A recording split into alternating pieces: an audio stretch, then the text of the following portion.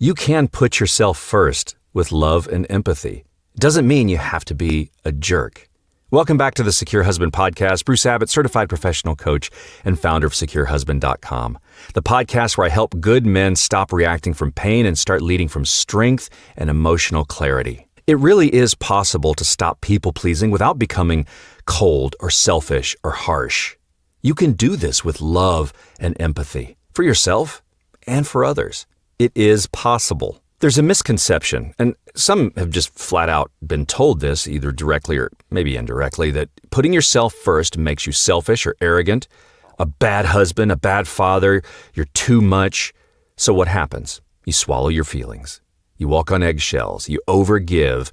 You say yes when you mean no. You call it being loving, but deep down, you're exhausted. You're angry. You hide it. You're disconnected. You put on a good, happy persona because you don't want to rock the boat. Because there's a misconception that guys have that the opposite of putting yourself first is being a jerk. Putting yourself last, because that's killing your marriage, it's killing your confidence, it's killing your connection. You go from being a people-pleasing, passive husband to being a calm, present leader, but you do this without losing your empathy. And you can express your needs and lead your life without shutting others down. It is possible to do that. Because we get conditioned, if I put myself first, doesn't that make me selfish? And you try to do everything right. You stay calm. When your wife is criticizing you, you say yes to every request, every errand, every favor, even if it's completely inconvenient for you. You never bring up your own needs because, she's already overwhelmed. You just got to keep the peace, for the kids. Inside, you're angry. You feel like you've disappeared in your own life. You build an identity around being the good husband, the steady one, the helper, the peacemaker. But yet you feel so alone and invisible in your marriage. A common theme that I get in coaching sessions with my guys is I'm trying so hard to be a good husband, to be kind. It's draining. I don't feel like it's being reciprocated. It starts to make me feel like I'm self-sacrificing. Because you confuse self-sacrifice with love. You confuse self-neglect with peacekeeping, or emotional abandonment you confuse with strength. And then you wonder, okay, why am I bitter? Why am I disconnected? Why do I feel ashamed? I had one of my clients say that I just have a hard time saying no. I'm always saying yes because I feel like if I say no, she'll get angry. And we talked about this more. Okay, what is he saying yes to? So he's saying social plans. He's saying yes to them when he doesn't want to go. He doesn't want to do this. He's taking on extra work so that his wife wouldn't be stressed, and that's not something that he wants to do. He's avoiding hard conversations in order to keep the peace, walking on eggshells, completely ignoring his own sexual needs to avoid rejection. And he goes along with these parenting decisions that he's not in agreement with. And all of these things compound together. And he feels like, hey, I'm putting her first. I'm putting my fear of her reaction before myself. And I said, good. He's like, good? What do you mean good? I'm like, good, you're noticing this. And he's like, of course I'm noticing this. Every time I do it, I feel empty inside. And I said, exactly. This is exactly why we need to notice this. We need to notice the pain of self-abandonment so that we can make decisions and choices. And we talked about how people-pleasing isn't about love, it's about fear. And when we abandon ourselves to keep others happy, we're doing that out of fear. We end up building resentment, not connection, but you start to notice that. So you bring awareness to your relationship. Notice those moments where you are doing this or you feel like you're about to do that. And then you choose. You choose to value your needs without making others the villain, without putting blame on your wife. This is where a lot of guys struggle because they want to put blame on there. They think their only options are keep everyone happy by staying silent or blow up their life by finally saying what they feel in a rage of emotion. But there's a third option: calm leadership rooted in truth and empathy. So in our conversation that we had, I asked him, what would it look like to honor your needs without blaming her for ignoring them? So we practiced this. We did some role playing. He did some visualization exercises of situations. And instead of saying, you never listen to me, he said, I realize I've been quiet about what I really want. See, there's a difference. Instead of saying, you don't care about what I'm feeling, he says, I've been feeling overlooked, and I'm going to start speaking up more. Now, that may trigger your wife, but you're coming from truth and authenticity. The big shift here is you stop waiting for permission, and you start choosing to believe that my needs matter, even if they make her uncomfortable. That doesn't make me bad, but that does make me alive, makes me feel like I'm in authenticity. And when you can step into that mindset from a grounded, calm, secure place, you don't get cold or withdrawn or aggressive. You start getting laser focused. You get clear. And once you notice and you make a choice that you're not going to live this way anymore, then you can meet that part of you that believes that love had to be earned through compliance. This is where the real healing happens. This is that inner child I talk about in every single podcast. Because people-pleasing, it's a behavior. It's a survival strategy that started when you were really little. So if you grew up maybe with a dad who was angry or absent, or a mom who was emotionally overwhelmed, you learn early that if I'm easygoing, I'll avoid conflict. If I don't complain, I won't get yelled at. If I help everyone else, maybe I'll finally be seen. That's coping mechanisms. That's a strategy that you learned when you were little, and that little boy still lives inside of you. He's still managing your relationships. He's still trying to play nice. He's still waiting for love in return for good behavior. So with my clients, I give them homework to go meet that little boy. Sit down with him with love and compassion. Talk to him.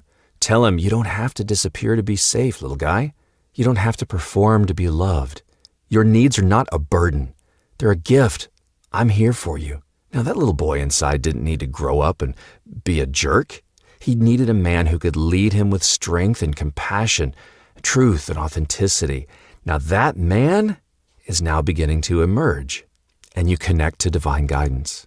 Your spiritual sense of truth and unconditional love, that voice that says, you are worthy of this. You don't have to earn it. See, those are false core beliefs that you have been believing since you were a little boy, and you connect to something bigger. You connect to your source of unconditional love, that no, there is nothing that you can do to cause this love to go away. There is nothing that you have to hustle and work so hard that you finally earn that love. No, that love from your divine guidance, your higher power, whatever your belief system is, God, the universe, spirit, whatever that is, it's unconditional.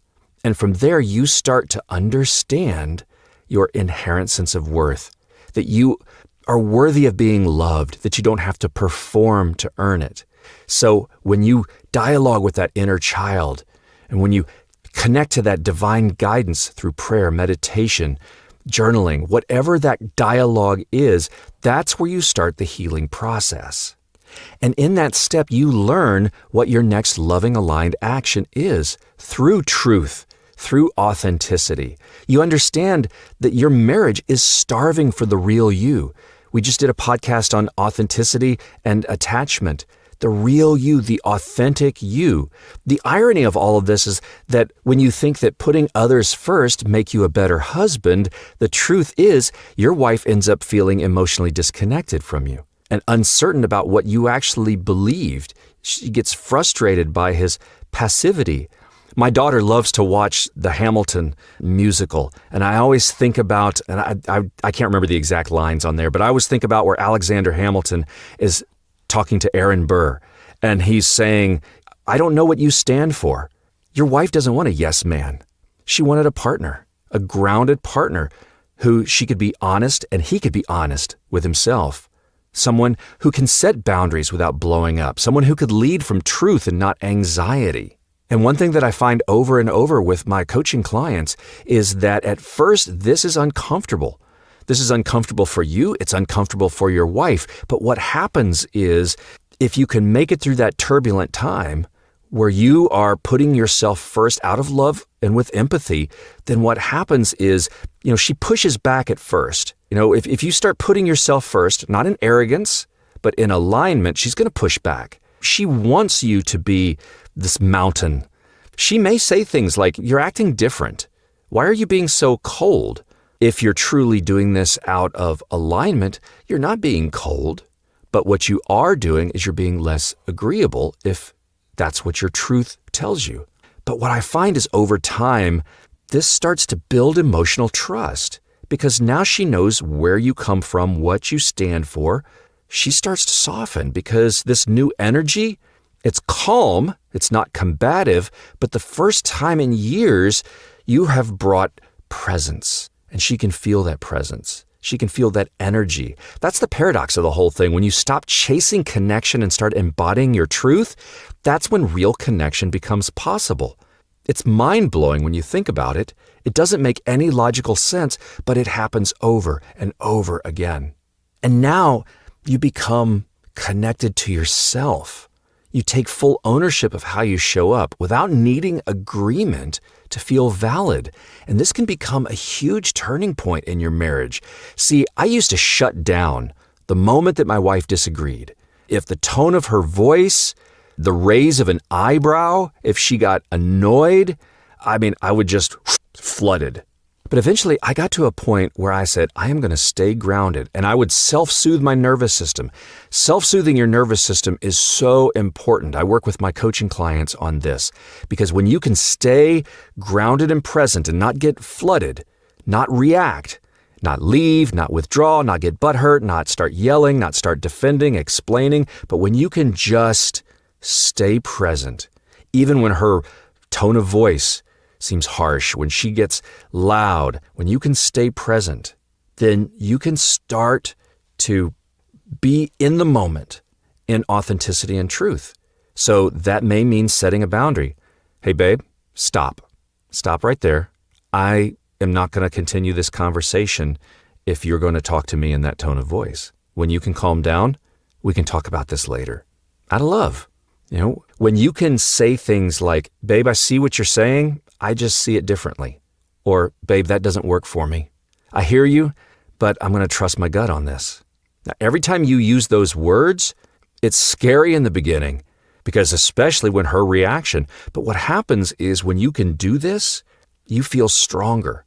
It has nothing to do about her agreeing with everything. It's just because you start agreeing with yourself. It's the power of your voice. It's the power of your presence there. It's not about people-pleasing anymore. It's about alignment. And when you can get to this point, you're able to actually take in everything around you and listen to other people's perspectives with your own perspective. And if it's something that in your gut you feel, hey, you know what? They have a point. Then you don't feel like, oh, I'm giving myself up. I'm being agreeable. You can say this point of view over here too. This is important too. I didn't realize that. Or it could be something where if deep in your core you feel this is not right, this is incorrect, you can say, I just don't agree with you. You can do this out of love and empathy for yourself and others. There's this misconception that there's two choices. It's black and white. You can either be this good guy and lose yourself or be a jerk and finally get respect. The alpha male. But you get to a point where you realize you can be you. Calm, kind, honest, grounded, loving, and truthful, self-respecting. And from there, you can have tough conversations and set boundaries. You can say no without apologizing. You can do all of this without rage or withdrawal or guilt. Because now you're not putting yourself above others. You're just simply not putting yourself below them. There's a big difference because in many relationships, there's this superior-inferior vibe going on. She's on the pedestal. You're down in the mud below. Now you're equals. And that's where it should be. You don't want to be up above and have her down below. You guys want to be partners. You guys want to be equals. That's a healthy marriage right there, where two of you have your own individual inner strengths together in this relationship space with a healthy relationship. And you can only do that when you're equals. But putting yourself first doesn't mean that you become a cold, selfish jerk. It doesn't mean you stop caring. It doesn't mean you put on this performance of arrogance. It doesn't mean that you stop loving. It just means you stop abandoning yourself in the name of keeping others comfortable. You start honoring your truth. Not in reaction, but in alignment, and you lead from love and strength. I hope this podcast helped you out. If you're a regular listener, would you go give me a review? It helps other men find this podcast too for healing. And share this podcast with someone if you think they need to hear this. If you need help getting unstuck, that accountability, visit securehusband.com and set up a free 30-minute consultation with me. I'll see you again on the next Secure Husband podcast.